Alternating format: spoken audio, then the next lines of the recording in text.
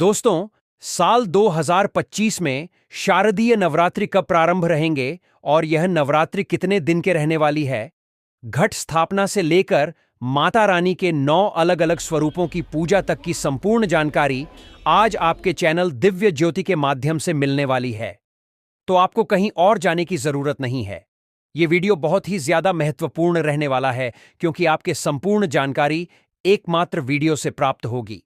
साथ ही इस दिन आप अपनी मनोकामनाओं की पूर्ति के लिए, गरीबों को दूर भगाने के लिए, पुत्र प्राप्ति, नौकरी प्राप्ति, घर में उन्नति और व्यापार में तरक्की के लिए कौन कौन से उपाय कर सकते हैं, यह भी हम आपको आज के वीडियो में अंत तक बने रहिए बताने वाले हैं। दोस्तों, शारदीय नवरात्रि 2025 शुभ मुहूर्त। आपको कहीं भी जाने की कोई भी आवश्यकता नहीं है।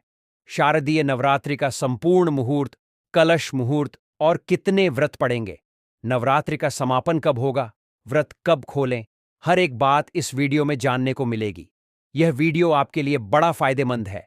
अगर आप चाहते हैं नवरात्रि कब से कब तक होने वाली है, कब से शुरू और कब समाप्त होंगी, कितने व्रत आपको रखने हैं, कन्या पूजन कब करना है, संपूर्ण ज्ञान इस वीडियो में मिलेगा मुहूर्त के साथ। तो इस खूबसूरत वीडियो को एक लाइक जरूर करें। आपको कहीं भी जाने की कोई आवश्यकता नहीं पड़ेगी और यदि कोई सवाल हो तो बेझिझक कमेंट में पूछिए, रिप्लाई मिलेगा। दोस्तों, मां भगवती दुर्गा की कृपा सदैव आप और आपके समस्त परिवार पर बनी रहे। दोस्तों, आज की वीडियो में मैं आपसे बात करने वाला हूं शारदीय नवरात्रि के बारे में। शारदीय नवरात्रि जो कि अश्विन मास के शुक्ल पक्ष में आती है, कब से प्रारंभ हो रहे हैं, कब समाप्त हो रहे हैं, और नवरात्रि के इन 9 दिनों में कलश की स्थापना करके हम मां दुर्गा की आराधना करते हैं।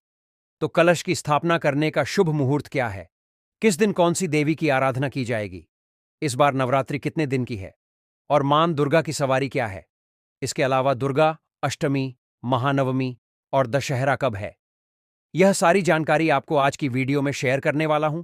तो वीडियो बहुत महत्वपूर्ण है, पूरा जरूर देख लीजिए। और अगर वीडियो अच्छी लगे तो इसे लाइक भी जरूर कीजिए क्योंकि आपके लाइक्स, आपके कमेंट मेरे लिए बहुत महत्वपूर्ण होते हैं। यह एकमात्र जरिया है जिनसे मुझे पता चलता है कि आपको यह वीडियो अच्छी लगती है और आपके लिए यह वीडियो उपयोगी है।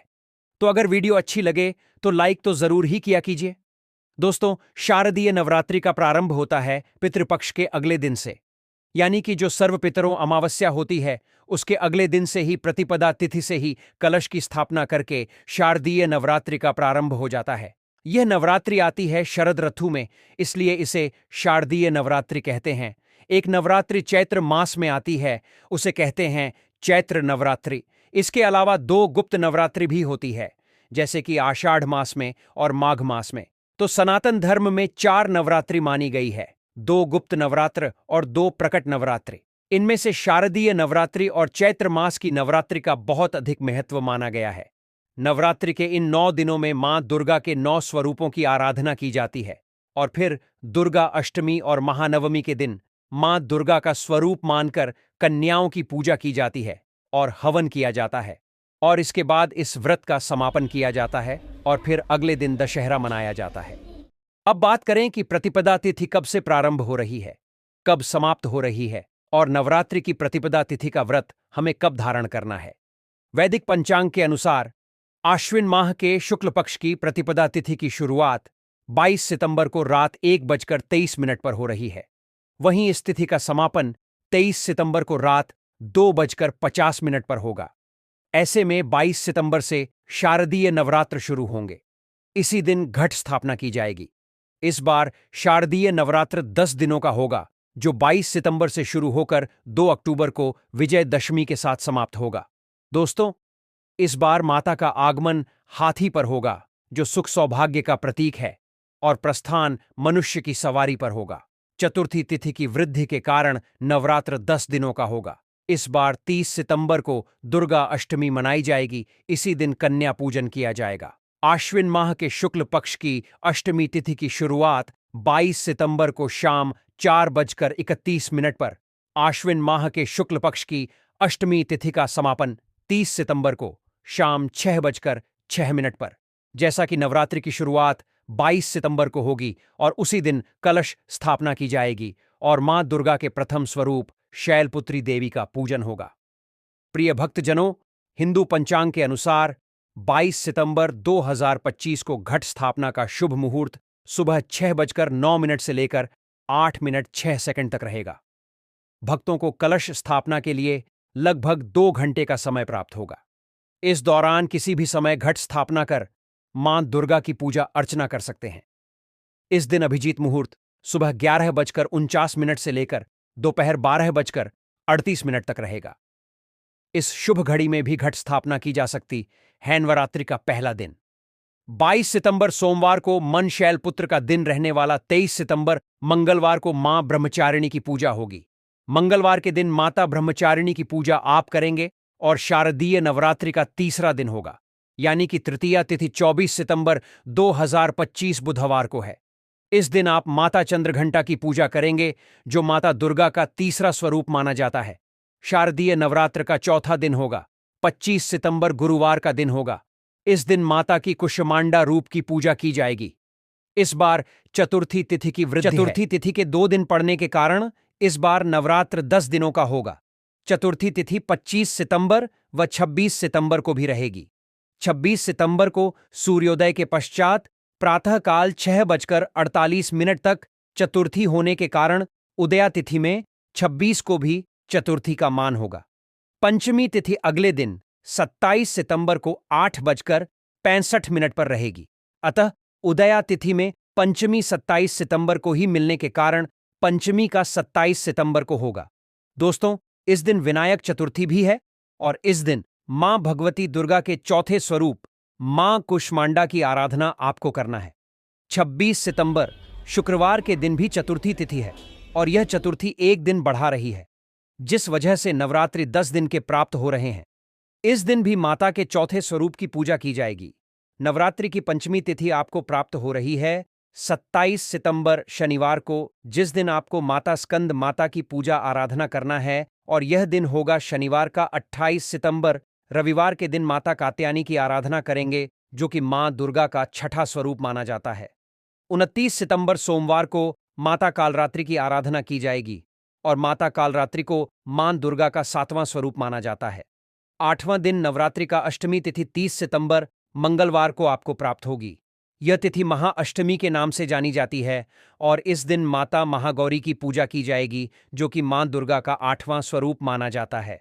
तो 1 अक्टूबर बुधवार को नवमी तिथि है। महानवमी और 9वां दिन यानी कि नवमी तिथि, जो नवरात्रि का अंतिम दिन होता है। 1 अक्टूबर को है माता सिद्धिदात्री की आराधना की जाएगी, जो कि मां दुर्गा का 9वां स्वरूप मानी जाता है, और इनकी पूजा किए बिना संपूर्ण नवरात्रि का संपूर्ण फल हमें नहीं प्राप्त होता।